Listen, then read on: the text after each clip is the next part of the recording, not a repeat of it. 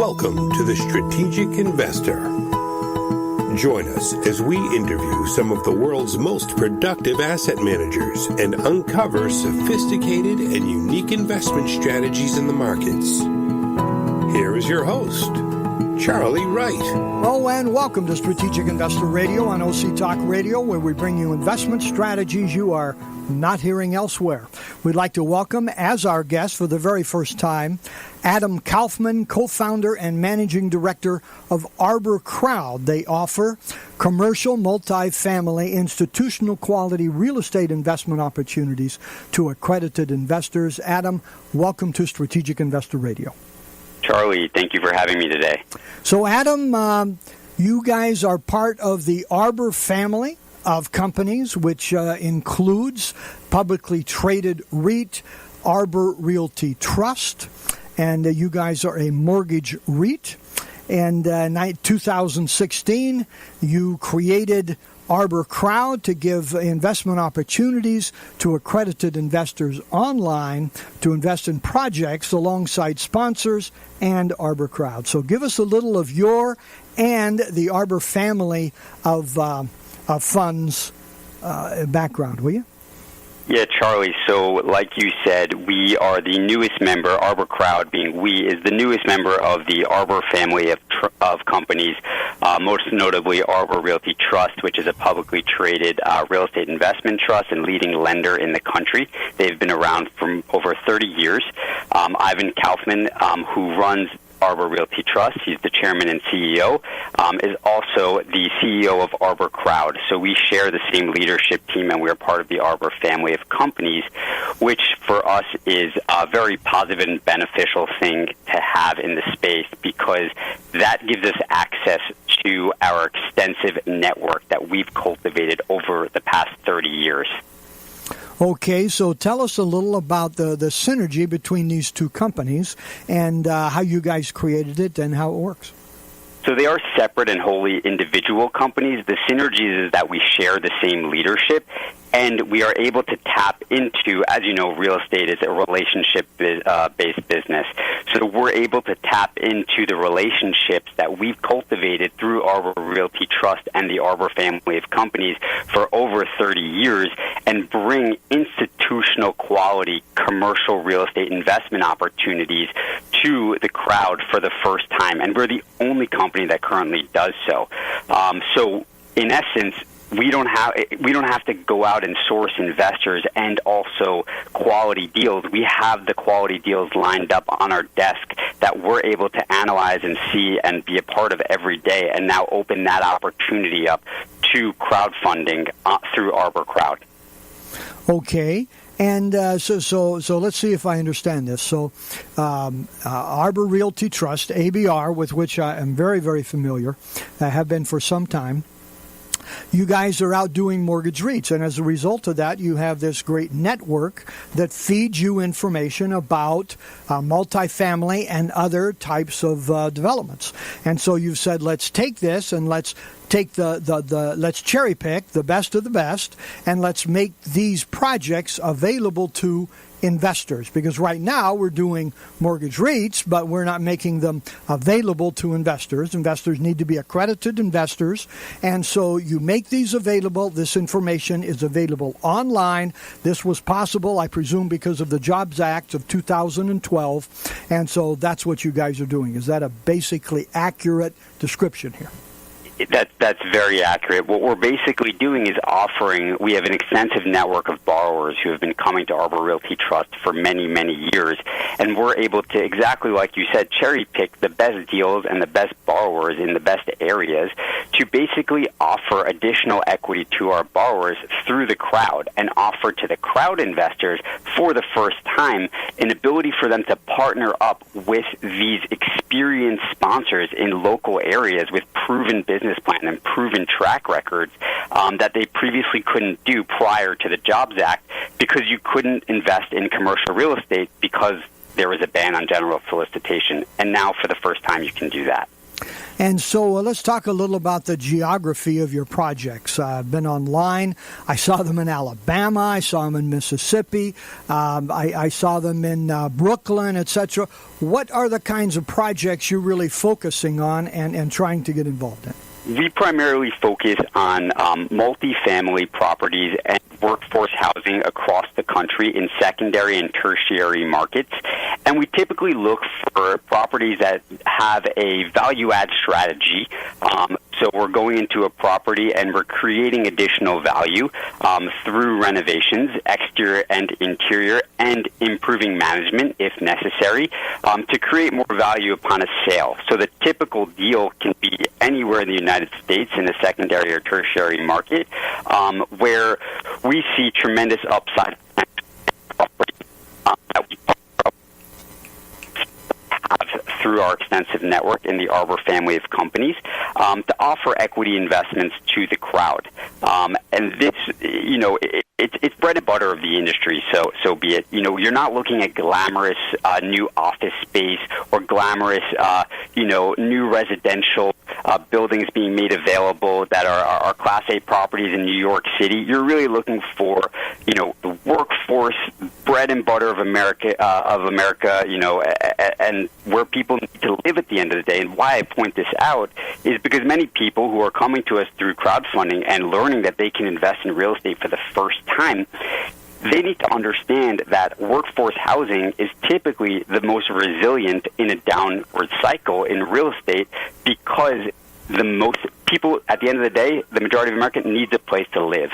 So it's not the fancy luxury apartments that are the first to go or potential office space that's the first to go or fancy retail shops. This is the bread and butter of the industry. So tell us, let's define the role here because many of us can be confused here. What's the role that ArborCrowd plays? What's the role that the sponsor or the developer or, whoever's borrowing the money plays? And then what's the role that the investor plays? So ArborCrowd basically opens the door to invite investors in to invest and really co-invest with sponsors in transactions. So we do this in a very unique way that you will not see elsewhere in the industry, which a lot of our investors and sponsors, frankly, feel a great sense of confidence in. What we do is we go and we approach sponsors that we've known for many, many years who have expertise in certain areas, in certain regions, in certain value-add plays, and we look at their transactions and we underwrite them based on our own knowledge and expertise, and we say we're willing to write you a check between $2 and $6 million today to close on the transaction, that we can partner up with you. So we require that the sponsors are also putting a significant amount of his or her own equity into the transaction. And then we go and market this to the crowd to come in post-closing and fill the deal. And this is really important for two reasons. One, that the deal is closed. It's secured. So if you're at the table closing, we don't have to say to the sponsors, oh, wait a minute, we have to go raise that money. And if we fail to do so, then we fail to close.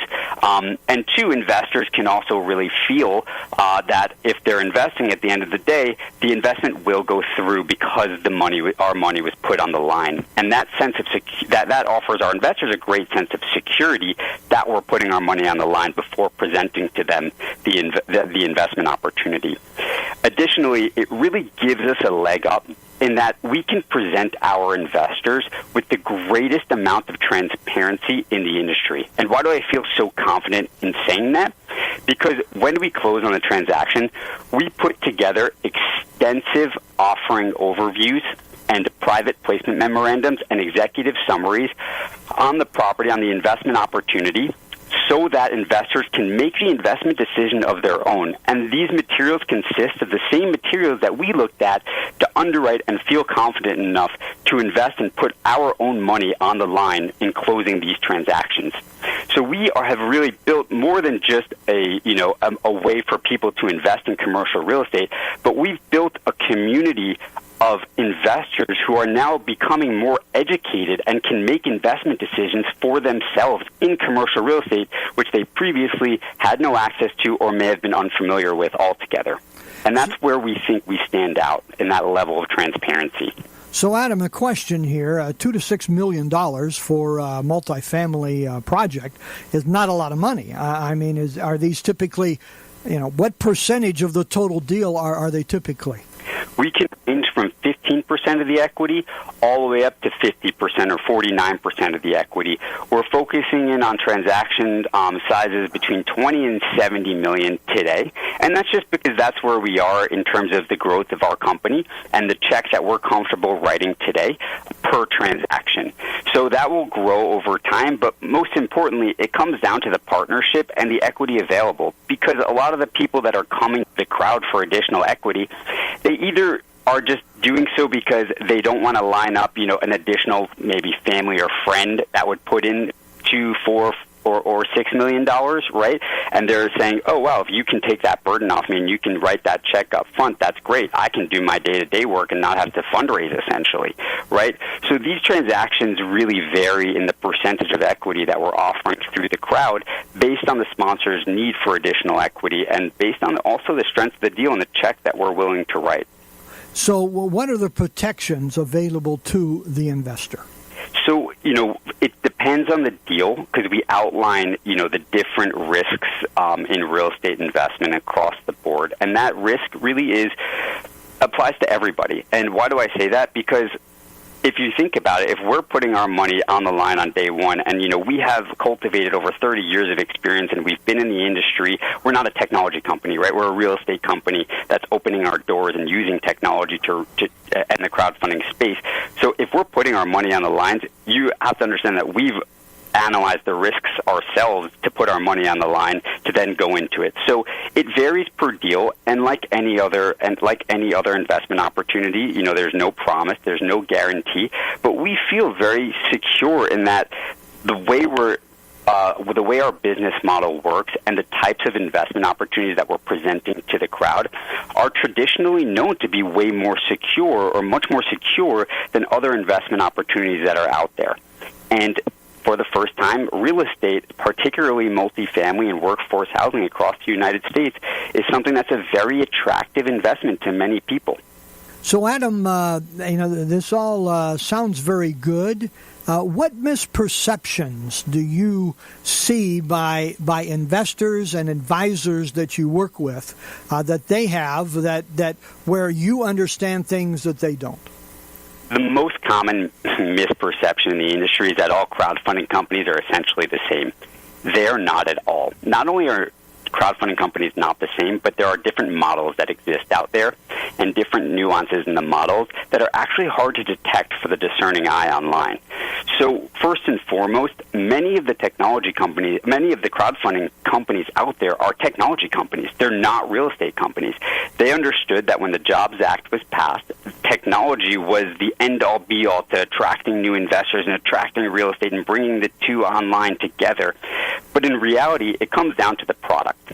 So there are very few actual real estate companies that are using technology to bring crowdfunding to the deals the way that we are. So discerning between who is a technology company and who is a real estate company is really important. And the different models out there are really important to understand as well, because that provides a different level of transparency. So there's a fund model that has come into existence to solve for the lack of ability to close on deals and front the capital. And basically, it's not all that dissimilar to a non-publicly traded REIT in that these models look to raise up to $50 million in a 12-month period of time, and they pool investors' money across from anybody and everybody. And ultimately, they then take that capital and they go and invest in a certain strategy or business plan that they outline in 1 or 2 pages, maybe when they're raising the money from investors online. That's really dangerous for people because there's very little insight, especially for people who've never invested in real estate before, who are putting their money on the line for the first time without any level of transparency.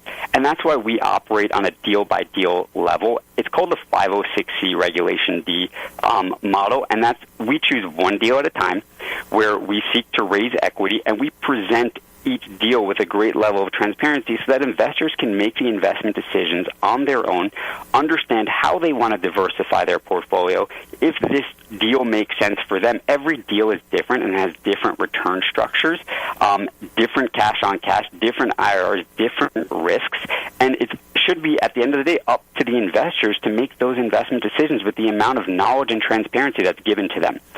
So to really come back to it, it's who are you doing business with? Is it a technology company or is it a real estate company? And what's the level of transparency that you have into what you're investing in, and who are you partnering with? Those are really important things that are hard to really analyze unless you really can dive in and dig deep, and it's up to the companies to give you that ability to do so. So obviously, you folks are not operating just as brokers, saying, "Hey, here are these real estate deals. Which one do you want?" Number one, you're part of the deal. You're dealing with people that you know, but also you are just presenting one at a time, as you mentioned. Correct? One project at a time. Correct. We present one at a time, and that's a model we've chosen because of the level of transparency, but also because of where we are today in the real estate cycle. A lot of crowdfunding companies out there, especially the ones that are technology-first companies, are trying to show growth and momentum. Some of them are even creating marketplaces where they're posting many deals, and they're just the intermediaries. And what's happening is they lack the experience to understand where the market's at today and what's going to happen ultimately when the life cycle of these transactions pans out. So if a deal the life cycle of a deal is projected between 3 and 5 years, we're very newly in that deal to understand what's going to happen and where the market's going to be in 3, 4, 5 years from now to understand if they made the right decision. And we know as a real estate company what's happening in the market today. We know that people are overpaying. It's really hard to find quality investment opportunities right now. So we're very careful in how we select our transactions, and we do so one at a time, and we do not just have a deal on our site to invest in at all times if we don't think the quality is there. We're building a long-term business, and we're putting our money on the line, and we focus on quality, and we rely on our expertise in the industry to present this quality and find it and put it online for investors to find and invest in themselves. So whom do you find are the most interested people in this? Do you work with institutions? Are they investment advisors? Are they just individual accredited investors? Are they family offices? Who's interested and who are becoming clients of yours? That's a great question, and it really varies. And let me give you a few examples just to show how much it varies. So we do have investment advisors who invest themselves or on behalf of some of their investors. We do have people who invest through self-directed IRAs. But we also have individuals from all over the country who hear a podcast like today or read an article or see an advertisement to come in, and they join our community. So, for example, we recently had an investor, and she has 4 kids, and unfortunately her husband passed away. And she came into some money from his life insurance policy, and she wanted to build security for the future of her children and sending them to college, paying for weddings, etc. And she's a commercial real estate broker, so she has some level of familiarity with real estate, but she's never really invested in a real estate transaction before. She came to us for the first time and invested some of the life insurance money to build wealth and build a future for her and her kids. We have people that come to us individually like that, all the way to somebody in the Midwest maybe who, works on a farm and is really busy on the day-to-day level, but has some supplemental income that he or she would like to invest and put aside for the future, and they're able to do so for the first time and have direct ownership on a property level. They can see, feel, and touch. They can even visit the property. We offer property tours to our investors if they'd like them to be a part of it. And that's why we think crowdfunding is the future, and why as an institution we decided to start ArborCrowd, because we understood that for the first time there's this whole new class of investors. No matter how you get to us or how you get to ArborCrowd, whether it's through your financial advisor, whether it's through your self-directed IRA, or whether you're just an individual doing some research online and you see an advertisement or hear from a friend, this is for everybody. And that's why we think it's the future. So tell us here, a question we often ask our guests here, Adam. What's the best advice that you ever heard, read, or received about investing? For me, it's who you're doing business with, and if I needed the materials to understand and make the decision on my own, are they accessible to me? If they're not, and you're relying on somebody else's word, don't make the investment, because somebody's word is not good enough. You should be able to make the decision for yourself with the materials at hand. Excellent recommendation and advice there. And, we've asked that question many times, and we haven't really had that kind of an answer before. And we appreciate it because it's so very, very important. Question we ask all of our guests: what keeps you awake at night, Adam? For us, it's really being out in the market and looking at the different transactions posted on different sites that we've passed on, and ultimately the investors that will be hurt by that and the industry as a whole. When we think that the industry is the future, and will bring such a great source of capital to the commercial real estate market. So we don't want a bad name. We don't want investors to get hurt. So when we see other platforms that post deals that we've passed on or deals that just simply don't make sense, we get worried, and that keeps me up at night because I don't want investors to get hurt, and I don't want the industry to get a bad name. No question about it. Nobody wants either one of those things, and I can certainly understand what you're saying. The last question: what book on investing would you recommend for our listeners? That's a great question. I mean, a book on investing. I'm an autobiography person. I like to read how people build things, and I actually consume a lot of content through podcasts like this. So to move to where I consume my podcast, I listen to a lot of NPR's How I Built This. I think that shows great stories and potentials of how different people have found success in his or her own careers, and have basically explained how they've built things and how they invest, and learning how their mindsets work. I think is really interesting. Hey, that is a great point, and we appreciate the plug on podcasting here. So for those who would like to know more, Adam, your website and contact information. You can visit us at ArborCrowd.com. We also, ArborCrowd at InvestorRelations.com. There's somebody that will always get back to you quite quickly. My name is Adam Kaufman. You can reach out to us also by phone if you'd like.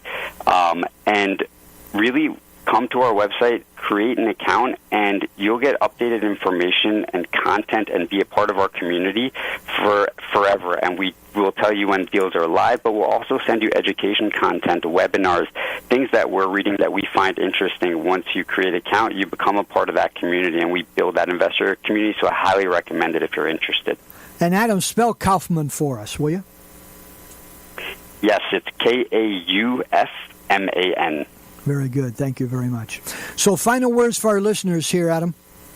Crowdfunding is the future in our opinion, and how commercial real estate is moving as an industry and sourcing capital as an industry. Know who you're doing business with, and know the level of transparency that you're being offered before you enter into any crowdfunding deal. That is my recommendation. Adam, thank you very much. We appreciate you spending some time today being so transparent and helpful, and we'd like to offer our best wishes for the continued success of ArborCrowd, as well as the Arbor Realty Trust, ABR, which, again, I'm well aware of, and it gives all the signs of an excellent company as well. So thank you very much for joining us, and hope things continue to go well for you folks. Charlie, thank you for having me. Again, we've been talking with Adam Kaufman, co-founder and managing director of ArborCrowd, part of the Arbor Realty Companies, family of companies. You've been listening to Strategic Investor Radio on OC Talk Radio. Please contact us at info@strategicinvestorradio.com and go to our website to hear podcasts of all of our interviews and shows, strategicinvestorradio.com. I'm Charlie Wright, wishing you an enjoyable week and productive investing. Strategic Investor Radio is a production of OC Talk Radio and is provided for educational purposes only. Content of this program and the views of the guests should not be considered as recommendations by OC Talk Radio or investment advice from the host Charlie Wright or any other entity attached to this production.